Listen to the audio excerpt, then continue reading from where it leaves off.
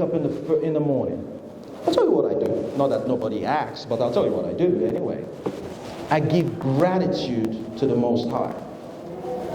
Gratitude. God. Do you know how excited God gets when you give gratitude to Him? Example of things I do, simple. I say, thank you, God, for every single happiness. You guys don't know the miracles happening for you just to be sitting here. The miracles happening inside of you. You don't even think about it. How complex you are as humans. You don't think about the heartbeat. You don't think about your blood circulation. You don't think about how your organs, your kidney, your large and small intestine functions, because you feel entitled that, yes, I just got it. God. There's miracles happening inside of you every second of the day. When was the last time you said to your Father, your heavenly Father, thank you. Thank you. But we're so quick in reminding Him of some of the tribulations we're facing, eh? Oh God, I know if you pay my rent. Oh my God. He knows. Thank Him for what you already have. Gratitude. Gratitude. Number one, gratitude. So make that your habit. Give God gratitude first thing in the morning. Before you look at your Facebook, Instagram, a lot of us are worshiping our phone. We don't even know it. Stop that. We're better than this. Strategy. It's not about you. It's about the next generation. Think beyond yourself and watch your life change. We are just mere custodians of this wealth. It's not yours, it's not mine. And my bloodlines will always be custodians as well. Think beyond yourself and watch your life change. I guarantee you that. It's just like when a man marries a wife. In a traditional standpoint, I'm not talking about Australian standpoint. Traditional man marries a wife, wife stays home. Right? I'm talking about the village where I was born and all the stuff. Stays home. This same man that was only looking after himself, all of a sudden he's got a responsibility as a wife. He steps up. Provides for the wife. Then they have children. He steps up and provides for that children.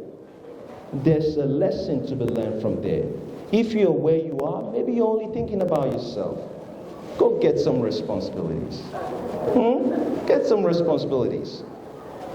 You might also be saying, well, Brother Collins, I'm paying my tithe, 10% every week, every day. I'm paying that. Why me? I say, okay, what are you doing with the 90%? Understand, it doesn't mean if you're giving 10% means you're good. What are you doing with the 90%? It's just like someone is saying to me, I'm gambling my 90%, but I give 10% to God. Well, what do you think is going to happen? Huh? What do you think is going to happen? Exactly.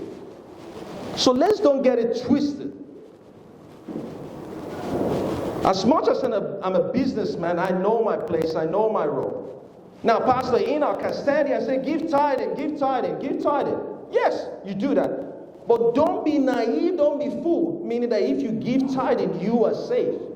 You still got to do the right thing. You're not going to bribe your way to the kingdom of heaven, right? No. If it was, I'm sure it would be full of so many Nigerians. I'm so sorry, Nigerians. I know. I can't help myself.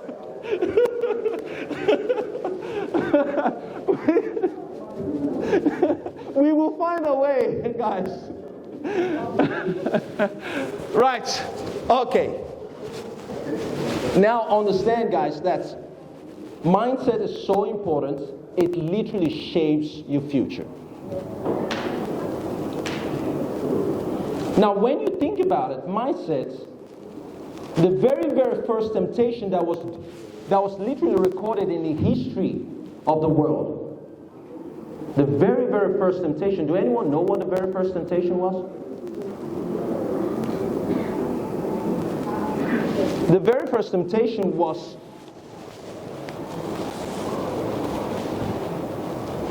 a lie was told for us to focus on lack. What do I mean by that? A lie was told for us to focus on lack.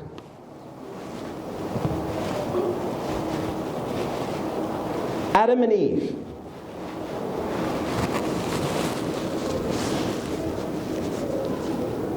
Were created in the Garden of Eden.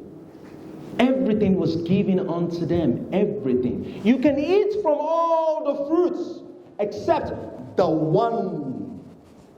If you are to eat from thy fruit, thou shalt surely. From a spiritual standpoint. And the way the devil was able to deceive them. Now, when I say the word devil, it can come in different shape.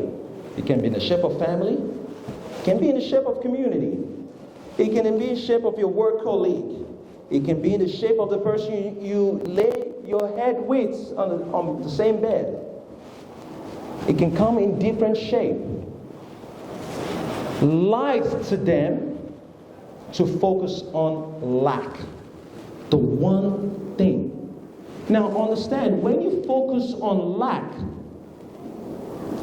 you take your eyes away from abundance. You can't focus on both two things at the same time. Try it.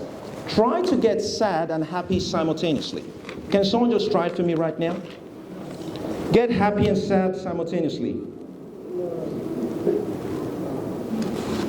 I got a note here saying that I'm running out of time. I haven't even started yet, so I can't read, guys. Again, I'm a businessman. We'll negotiate this stuff. Let's negotiate this stuff. Right, so understanding that, do anyone have a coin here? A quick coin? Gold, I will give it back to you. I will. A coin, any coin. A gold coin. I had to say that I'll give it back. Yeah? No, just one. You're too generous. Thank you. A gold coin. Now, we can all agree there is two sides to this coin, right? We're both in agreement. If I'm to flip this coin, there's a 50-50 chance it's either going to land on the head, right? Guaranteed. Could it be life is in the same format of a coin? Could it be? Life is in the same format of a coin. Could it be? Because when you think about it, there's always two sides to everything. Wherever you find negativity, you can find positivity. Wherever you find lack, you can find abundance.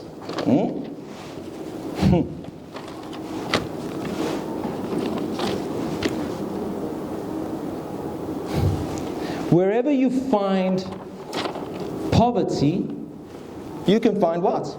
Prosperity. Exactly. So does that mean maybe we're looking at the wrong side of the coin? Is it possible that maybe you're looking at the wrong side of the coin? Could it be that simple? Could it be that simple? I ask you guys, shift your focus. All you need to do is just move your focus. Look on the other side. Look on the other side, and you will be amazed. You will be amazed, truly. Because on the other side of everything is all what you need.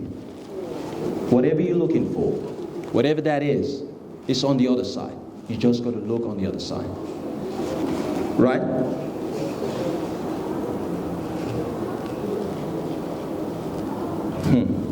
I'm not going to say that one. Right? So,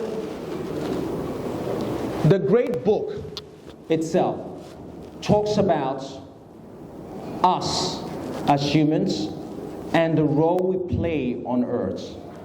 Now, I'm going to take this a little bit further and talk about something similar on the great book.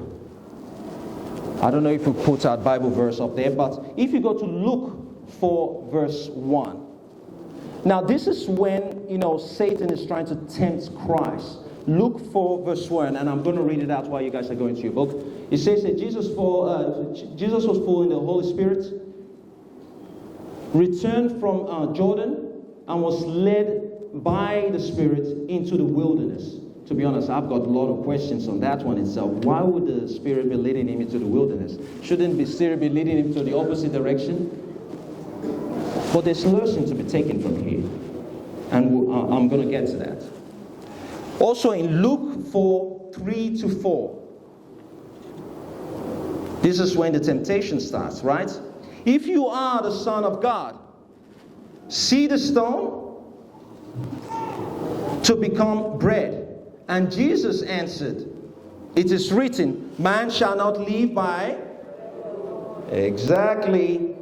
Now understand this, guys. We all have three enemies. The world, the flesh, and the devil. The world, the flesh, the devil. And I'll explain this a little bit more through these verses from Luke. Remember those three things: the world, the flesh, the devil. These are our three enemies we have to deal with. And if you are able to master that, you're good. The first temptation that was given to Christ was the temptation of the flesh, which was because he's been fasting and it's in the wilderness. The devil tempted him, turn that stone to bread. But obviously, he was able to resist the devil and resist the need of the flesh. The world temptation was based on our ambition, which you're going to see. The world temptation is based on our ambition. And I'll use myself an example. Now, when I was coming here, I said to myself, hopefully I'm able to deliver something that's, even if it's one person that walks away with it, they potentially change their bloodline. I'm hoping to do that. And at the same time, I'm hoping you guys resonate with what I'm saying. This is how I want you guys to perceive me from a worldly standpoint. There's an idea that I have in mind that I want you guys to perceive me on, right? Now, when you look a little bit further on Luke 4, verse 5, it says, this is the second temptation, right? It says, and the devil took him to the high mountain and showed him all the kingdoms of the world in the moment of time. The devil offers Jesus the world, and Jesus rejected the temptation of the worldly temptation. I'm offering you the world, and rejected it. Now, this verse itself, people might look at it but not really understand it. This verse is so incredible, it's so powerful, extremely powerful. Right? In this particular verse, it says that the Bible is not about just religion. The Bible itself is not just about all religion. It's about the story of a king, a kingdom, and a royal family. That's what it is all about.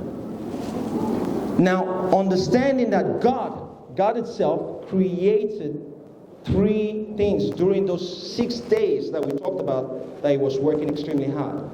God created creation. Let there be lights. First creation.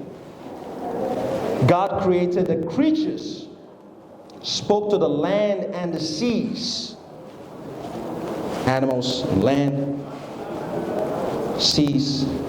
And when it came to us, God created a creator. And he said, let's make man.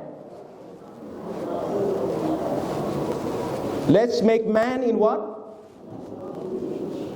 That's right. So when you think about this, man itself is separated from the creation. Man is not a creation of the light itself, because that's creation itself. Man is not a creature. It's not a creature. Man is created in the likeness of God.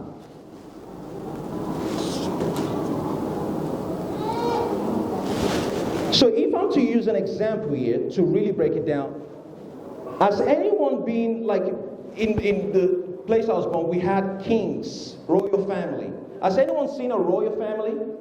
Right? A royal family, even when you look at the royal family in the UK, when the royal family comes out, what do people do? Everyone is outside, take a picture. Some people are falling down, collapsing. And you see the youngest child. Now, someone spoke to me about this yesterday to remind me how great we are. The youngest child of the royal family, even the top general, military general of that area, will bow to the royal child. It's a child, maybe a 2 years old or 5-year-old child. Bow to the child. Why? Why is that? We understand that concept. Why? Because it's from royalty. But if you understand you are from royalty of the Most High God, you see yourself differently.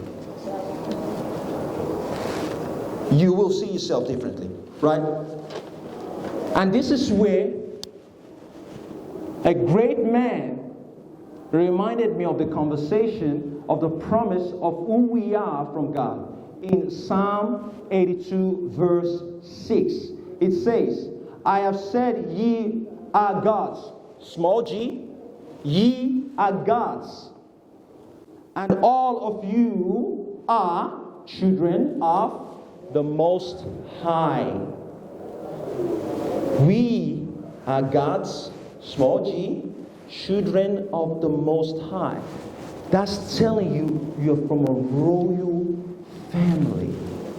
So if you understand the principle of an earthly royal family, King, whatever, King Charles and all this stuff, and you admire them, you are from a greater royal high family. Had to point that out. Okay, very quickly, I know we're running out of time. I'll make this as quickly as possible as I can. Only a fool can make a fortune. It takes a man of brains to hold on to it. Making money is easy once you know how. Holding on to it is extremely hard.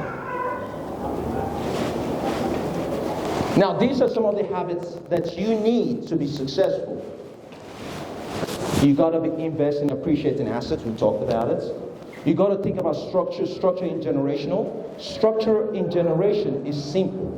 Whenever you're doing anything, think about your bloodline. Think about the future. Think about your bloodline. So, for example, I'm buying a property.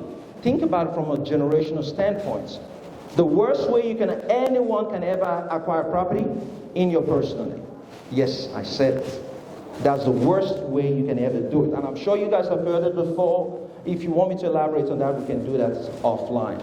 But when you think about from a generational standpoint, when you look from a tax point of view, you look from wealth transfer point of view, is the worst possible way you can do it. So think generational structure, capitalize on opportunities, like we talked about, consistently seek opportunities. Consistently seek